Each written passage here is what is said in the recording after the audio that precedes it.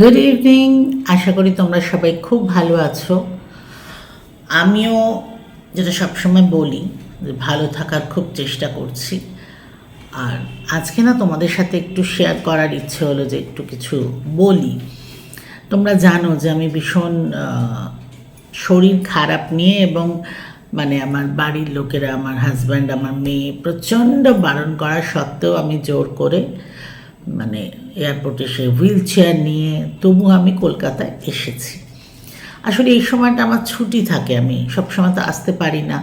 আর শরীর খারাপ বলে এমনি ক্লাস করছিলাম না, প্রোগ্রাম ক্যান্সেল হয়েছে, এত কিছু করার পরে মনে হলো যে না, গিয়ে একটু এখানে রেস্ট করি। যদিও ব্যাপারটা সত্যি একটু রিস্কি একা এইভাবে থাকাটা, কারণ এই মুহূর্তে ধরো আমার ফ্ল্যাটে আমি একা। দিনের বেলা আমার শম্পা আসছে দুবার, কাজের লোকেরা, যেহেতু আমার রেনোভেশন চলছে তো আমার তারাও আসছে, লোকজন আসছে, কাজ হচ্ছে। কিন্তু এখানে একটু নিয়ম হচ্ছে 2টো থেকে 4টে বন্ধ থাকে, 5টার মধ্যে কাজ বন্ধ করে দিতে হয়। তো তারপর থেকে মোটামুটি আমি একা। আর নিচে আমার বন্ধু থাকে সোমা, তোমরা জানো, তো ওর সঙ্গে সন্ধ্যেটা মোটামুটি কাটাচ্ছি।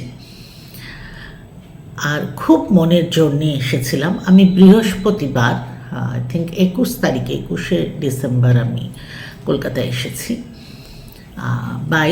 23 তারিখ শনিবার ঠিক দুপুরবেলা আবার সে প্রচণ্ড হার্টবিট বেড়ে যাওয়া। আর সেটা অবশ্য আমি বুঝলাম আমার এই ওয়াচ থেকে। আমি ঘরের মধ্যেই হাঁটছিলাম, হঠাৎ দেখলাম 135 আমার হার্ট রেট। দেখে এমন প্যানিক হলো, সঙ্গে সঙ্গে বিপি চেক করলাম, বিপি প্রচণ্ড হাই।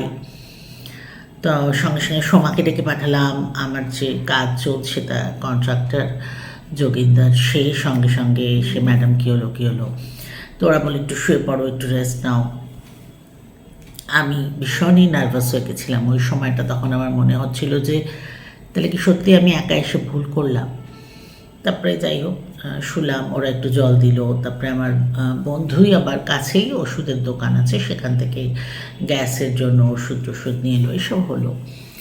তো আমি না ভয়ে ভয়ে সিদ্ধার্থকে, আমার হাজব্যান্ডকে ফোন করব কি করবো না এসব ভাবতে ভাবতে মোটামুটি 8টার পরে যখন আমি একটু ঠিক লাগছে তখন ফোন করেছি।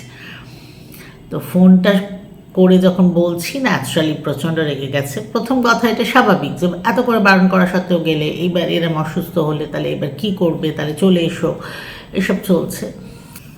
এইসব শুনে তো মেয়ে মানে একদম মা আমি এক্ষুনি চলে আসছি, তো কোনো রকমে আটকানো হয়েছে যে না, দরকার নেই।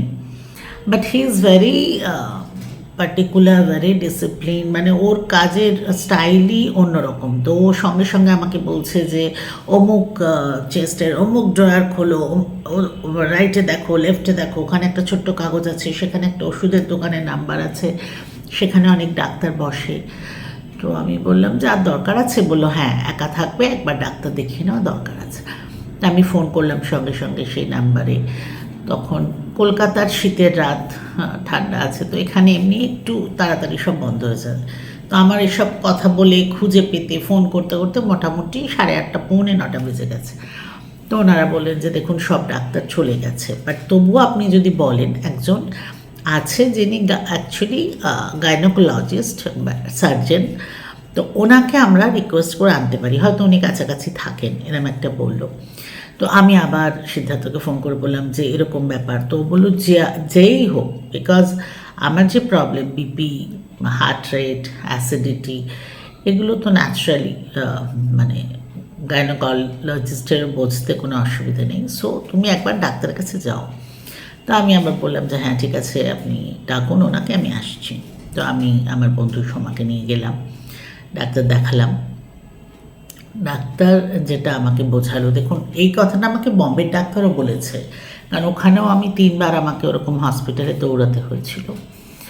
তো এখানে ওই জিনিসটাই বোঝালো, কিন্তু এত সুন্দর করে। এখন এটা হতে পারে যে ভাষার ব্যাপার একটা আছে, বা নিজের জায়গা, সেই আমিও এখানে এসে খুব নস্টালজিক হয়ে যাই।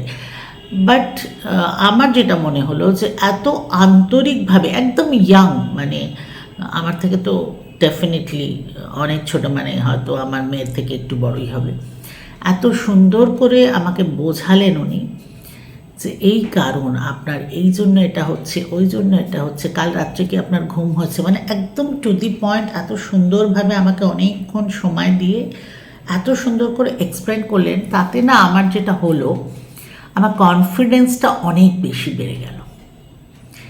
এবং সেই থেকে যেভাবে মানে ওই ডাক্তার বলেছেন, যা যা ওষুধ দিয়েছেন যে এটা করবেন, এভাবে করবেন, এটা ভাববেন না, এটা ভাববেন, এইভাবে বোঝানোতে আজকে হচ্ছে 28 থার্সডে, তো শনিবার ঘটেছে ঘটনাটা। তো তারপরেও এতদিন 5-6 দিন কেটে গেল, আমার কলকাতায় 8 দিন হলো মোটামুটি। তারপর থেকে কিন্তু আমি অনেকটাই বেটার আছি। হ্যাঁ, ডেফিনেটলি অনেক কিছু মেনে চলছি, কারণ আমি একা আছি, আমাকে সাবধানে থাকতেই হবে। বাট এই এক্সপিরিয়েন্সটা আমি এই জন্য শেয়ার করলাম যে আমরা যারা কলকাতায় থাকি না, আমরা বাইরের থেকে আসি, আমরা একটু ভয়ও পাই। ন্যাচারালি আমিও ওটা হওয়াতে ভয় পেয়েছিলাম। আমাদের বম্বেতে আমার যেটা হয় কি, বাড়ির কাছেই অত ভালো হসপিটাল, তো আমি দৌড়ে চলে যাই। এখানে আমার পাড়াতে হসপিটাল প্রচুর, আমি আগে বলেছি, কিন্তু ওই সার্ভিসটা নেই। আমার যেমন বাড়ির গাড়িতে বসলাম চলে গেলাম, এখানে সেই ব্যাপারটা আমার নেই, বা বেরিয়ে অটো পেয়ে গেলাম চলে গেলাম, এখানে সেই ব্যাপারগুলো নেই।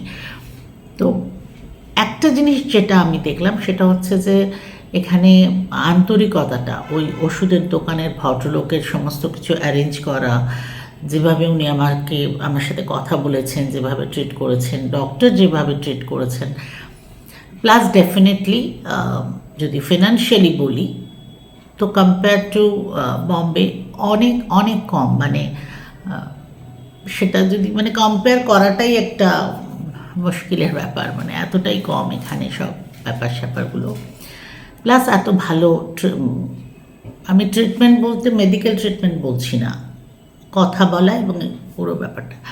সো এত ভালো, এত সুন্দরভাবে সব কিছু হয়েছে। সেজন্য আমি বলছি, যারা আমার মতো একা থাকবেন, হঠাৎ অসুস্থ হয়ে যাবেন, যারা বাইরের থেকে আসছেন, আমি এই জন্য এটা শেয়ার করলাম যে আমার মনে হয় পাড়ার মধ্যেই এরম ছোট ছোট অনেক ক্লিনিক আছে, পলিক্লিনিক বলতে পারেন, ছোট ছোট চেম্বার আছে, এবং আমার মনে হয় না খুব একটা অসুবিধা হবে। একটু মনের জোর রাখতে হবে, যেটা করে আমি এসেছি। আমাকে কিন্তু সবাই, বন্ধু বান্ধব, আত্মীয় স্বজন, সবার একটাই কথা, হুইল চেয়ারে করে আসলি, তবু তোকে আসতে হলো, না এলে কী হতো, আসার দরকার ছিল না, কিছু হলে কী হবে। কিছু তো যে কোনো সময় হতে পারে, আমিও ভয় পেয়ে গেছিলাম যখন হলো, বাট আমার মনে হচ্ছে মনের জোরটা খুব রাখা দরকার। আর খুব ভালো করে একটা লাইফটাকে কীভাবে ওই কটা দিন, যে কদিন অন্তত আমি একা আছি, সেটা একটু কীভাবে কন্ট্রোল করে চলা, আর সব কিছু ঠিকমতো মেনে চলা। যাই হোক, অনেকক্ষণ কথা বলছি, আমার মনে হয় যে এটা শেয়ার করা একটু দরকার ছিল সবার জন্য, আমার নিজের জন্য, কারণ আমার সেদিনটা সত্যি এখনও ভাবলে খুব ভালো লাগছে। এনিওয়ে, তোমরা সবাই খুব ভালো থেকো। আর আমি তো বলেইছি মাঝে মাঝে আসবো, খুব ছোটো ছোটো ব্লগ করবো, কারণ অনেক বড় কিছু করার মতো এখনও সেই স্ট্রেংথটা আমার আসেনি। বাট আমি করে যাচ্ছি, আমার বাড়ির রেনোভেশনও চলছে, আমি তোমাদের সেটাও একদিন দেখাবো যে কতটা হয়েছে। অ্যাকচুয়ালি এখন কিছুই হয়নি, মানে মোটামুটি কমপ্লিট হলে আমি তোমাদের দেখাবো। যাই হোক, সবাই খুব ভালো থেকো, খুব তাড়াতাড়ি আবার দেখা হবে। বাই।